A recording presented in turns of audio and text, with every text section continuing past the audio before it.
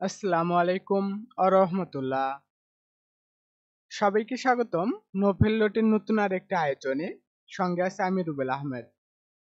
শুকরিয়া মহান রব্বুল আলমিনের কাছে, যিনি আমাদেরকে এই ক্লাসটি করার তৌফিক দান করেছেন।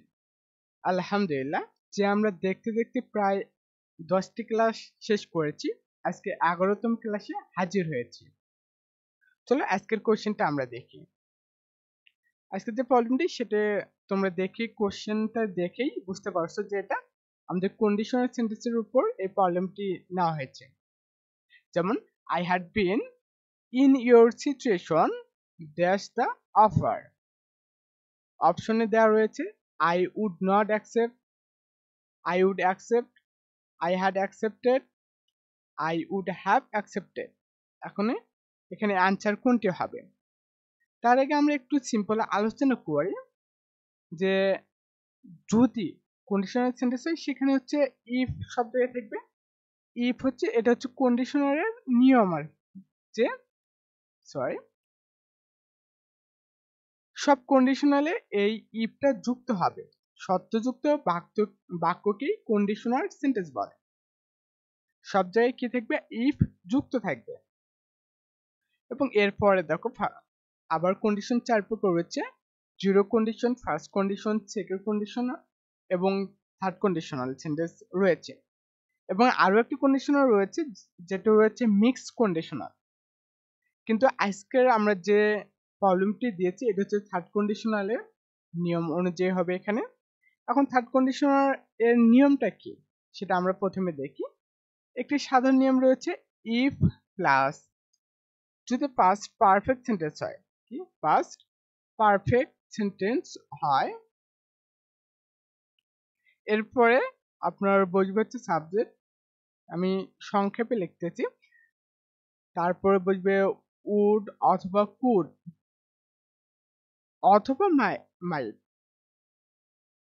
এরপরে বসবে কি হ্যাভ বসবে, এরপরে ভার্বের ভি3 বসবে।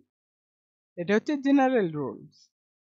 এবং আরেকটি এক্সেপশনাল রুলস রয়েছে, সেটা হচ্ছে যদি প্রথমে হ্যাড বসে, ইফ এর পরিবর্তে যদি হ্যাভ বসে, তারপরে আপনার বসবে সাবজেক্ট, কি তারপরে বসবে সাবজেক্ট, তারপরে বসবে ভি3। বুঝতে পেরেছো? আর পাস্ট পারফেক্ট এর সংক্ষেপে আমি বলে দিচ্ছি, পাস্ট পারফেক্ট যারা চিনতে পারো না তাদের জন্য আমি বলে দেখছি। সেটা হচ্ছে হ্যাড প্লাস ভি3 হচ্ছে পাস্ট পারফেক্ট। বুঝতে পেরেছো নিশ্চয় যে হ্যাড প্লাস ভি3 হচ্ছে পাস্ট পারফেক্ট। আর হ্যাড যখন থাকবে, প্রথমেই হ্যাড থাকবে, তখন তারপরে বলবো সাবজেক্ট এবং ভি3 থাকবে। এবং তারপরে আমাদের যেটি করতে হবে, তারপরে বসাতে হবে হচ্ছে সাবজেক্ট। সাবজেক্ট আমরা বসাবো। এর পরবর্তীতে উড অথবা কুড বসাবো অথবা মাইট বসাবো।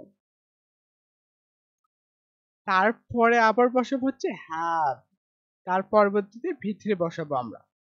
আর এখানে যে নিয়মটি প্রযোজ্য হবে সেটা হচ্ছে হ্যাড এর নিয়মটি এখানে প্রযোজ্য হবে। বুঝতে পেরেছ নিশ্চয়? এখন আমরা এটি সলভ করার চেষ্টা করি। দেখো, had I been in your situation, আমি যদি তোমার পরিস্থিতিতে থাকতাম। এখানে আমি কোশ্চেনটি সলভ করে বাংলাটা বলে দিচ্ছি তোমাদেরকে। দেখো, প্রথমে রয়েছে হ্যাড রয়েছে, তার মানে আমাদের যে হ্যাডের নিয়মটি রয়েছে সেটা অনুযায়ী এখানে হবে যে হ্যাড রয়েছে। তারপরে কি বসবে? সাবজেক্ট। সাবজেক্ট এখানে আই বসেছে। এরপরে দেখো ভার্বের ভি3 রয়েছে, বীর ভি3 অর্থাৎ বীর পার্স পার্টিসিপল হচ্ছে বিন। বুঝতে পেরেছ? বীর পার্স পার্টিসিপল কি বিন, এখানে বিন বসেছে। সো এর পরবর্তীতে যাই থাক, তারপর কমার পরে আমরা কি করব? কমার পরে সলভ করতে যাবো, তখন বসাবো হচ্ছে সাবজেক্ট বসাবো। হ্যাঁ, সাবজেক্ট নিলাম। তারপর উড কুড মাইটের যে কোনো একটি হ্যাঁ নিলাম।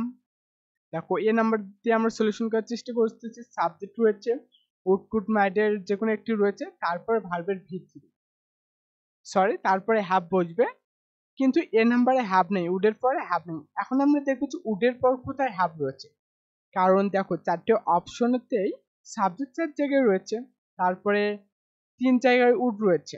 আর সি নাম্বারটা বাতিল হবে কারণ এখানে উড কুড মাইটের যে কোনো একটু নেই। বুঝতে পেরেছ যে এটা আমাদের বাতিল হবে এখান থেকে। দেখো এই তিনটের মধ্যে এখন দেখতে হবে আমাদের যে উডের সঙ্গে কোথায় হ্যাভ রয়েছে, তারপরে ভি3 রয়েছে, এটা একমাত্র রয়েছে আমাদের ডি নাম্বারে। সো ডি নাম্বার হচ্ছে আমাদের এখানে আনসার। বুঝতে পেরেছো নিশ্চয়? সরি, এই যে একটা কালার করে দিচ্ছি। হ্যাঁ, এটা ডি নাম্বার হচ্ছে আমাদের অ্যান্সার।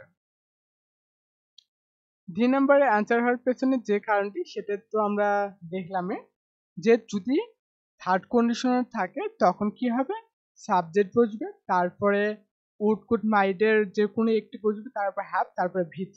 দেখো সেই অনুযায়ী আমাদের ডি নাম্বার হচ্ছে অ্যান্সার। আশা করছি ক্লিয়ার। সো আজকের ক্লাসটি এই পর্যন্তই।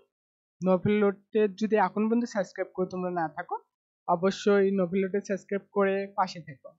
আসসালামু আলাইকুম আ রহমতুল্লাহ।